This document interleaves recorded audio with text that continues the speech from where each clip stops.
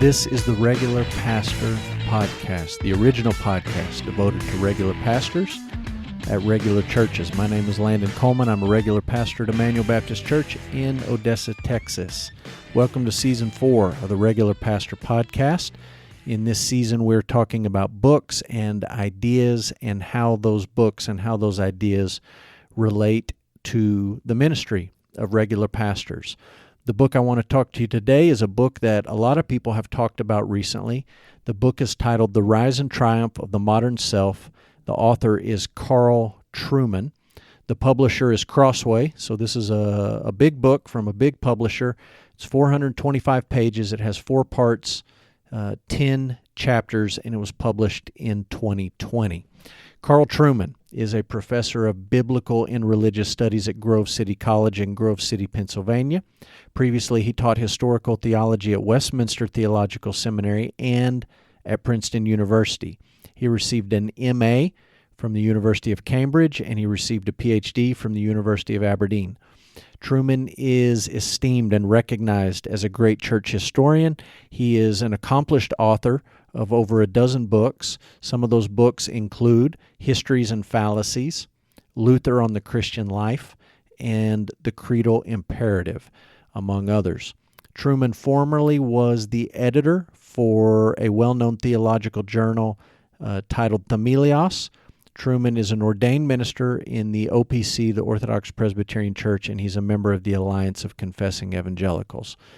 I think this book by Trueman, The Rise and Triumph of the Modern Self, is one of the most important that's been written in recent years, and I think it has the best introduction and the best hook of any book that I've ever come across. Trueman begins by talking about his grandfather. He says his grandfather lived just 30 years ago, and he points out that his grandfather, who has not been dead for that long, his grandfather would have absolutely no category, no mental category to understand this statement, quote, "I am a woman trapped in a man's body." Today, virtually everyone on planet Earth has some understanding of what that statement means. But just as recently as 30 years ago, people would have laughed at the statement. They wouldn't have understood the statement. It would have been completely nonsensical. So the question is, as Trueman raises it, how did this nonsensical, comical statement come to be universally understood within a span of 30 years? And the answer is that it didn't take 30 years, it took some 300 years. And in the book, Trueman sets out to trace the ideas that led to this change. The change happened relatively quickly within our lifetimes on this side of the sexual revolution, but the worldview issues at play have been brewing and stewing for centuries. So, several important ideas that you take away from this book. One is that we live in an age obsessed with the inward self. And Trueman traces the history of ideas all the way back to the Romantics, Jean-Jacques Rousseau and William Wordsworth and Percy Shelley and William Blake.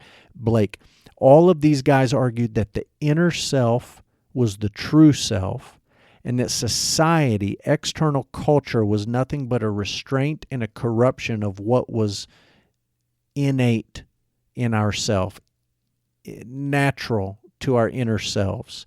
The inner person was the true, pure, whole, good kernel of life and existence, and external society just ruins and constricts and constrains all of that. He talks about Friedrich Nietzsche. Nietzsche came along and just pointed out the obvious fact that if God was dead, people could be whoever they wanted to be. If we were done with God, as the modernists and the naturalists and the scientists said that we were, then our existence was up to us to define. We didn't need to hold on to the Christian ethic if we weren't going to hold on to the Christian God.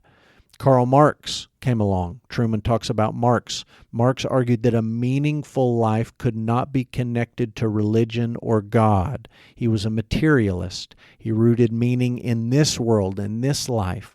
And so no connection to God could be allowed, no connection to the supernatural. And then Trueman talks about Charles Darwin, who argued that human beings were not exceptional. We do not have a divine origin. If we don't have a divine origin, there is no ultimate end.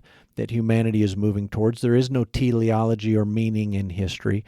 All of these things contribute to the fact that what is in us is the ultimate real thing and the most important thing. It's the rise of the inward self. Then, here's another idea from the book. Trueman talks about the rise of the sexual self. This is a development on this inward self. It's the rise of the sexual self. Sigmund Freud led this charge. He argued that human beings were sexual by nature. He said that our very existence was defined in the expression of our sexuality. He couched all of this in the language of science, which made it very appealing to modern people. But there was really nothing scientific about it. It was pure worldview. It was pure ideology.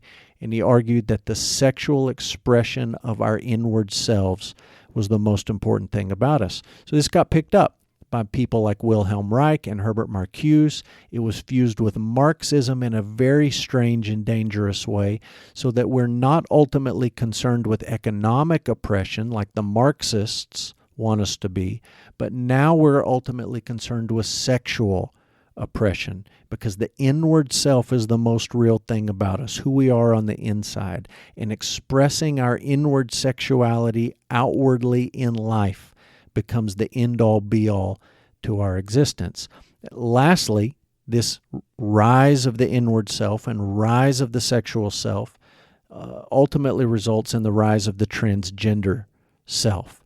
And Trueman talks about the dominant social imaginary of our culture. He's talking about the dominant worldview of our culture.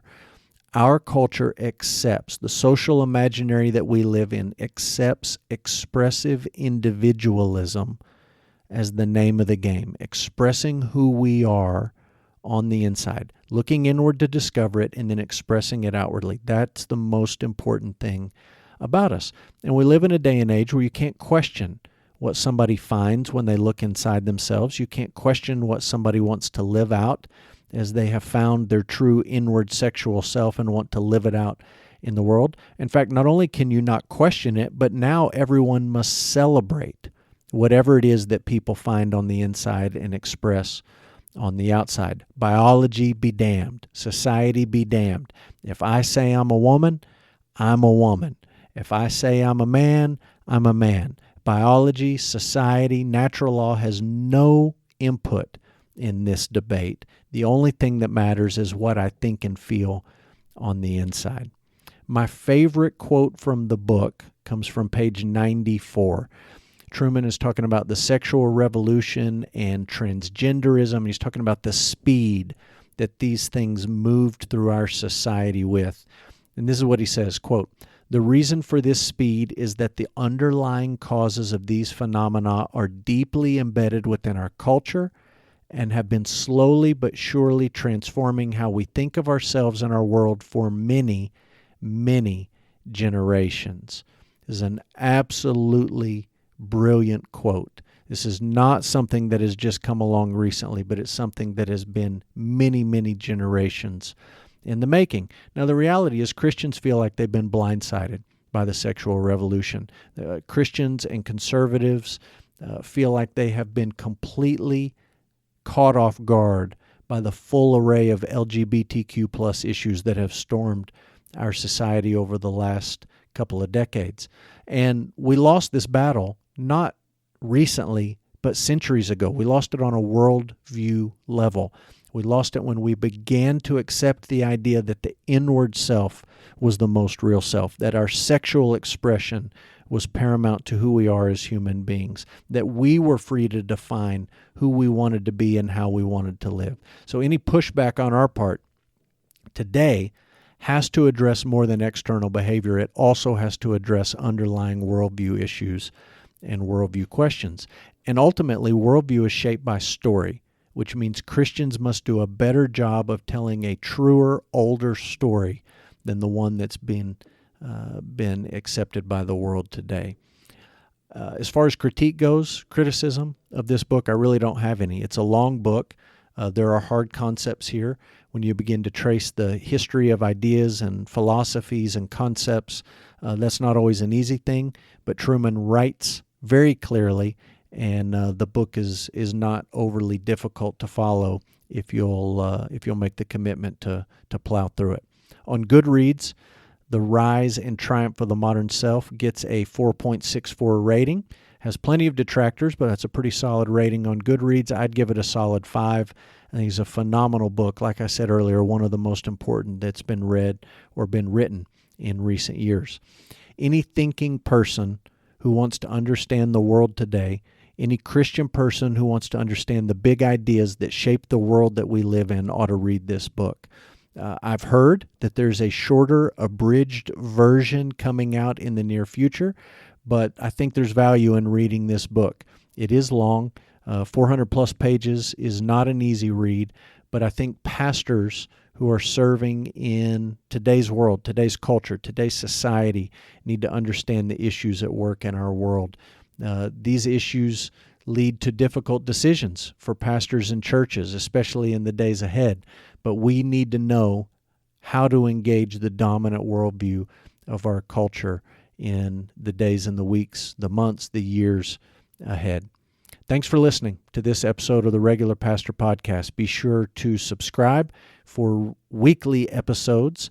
We appreciate a great rating wherever you're listening. You can follow Regular Pastor online at regularpastor.com.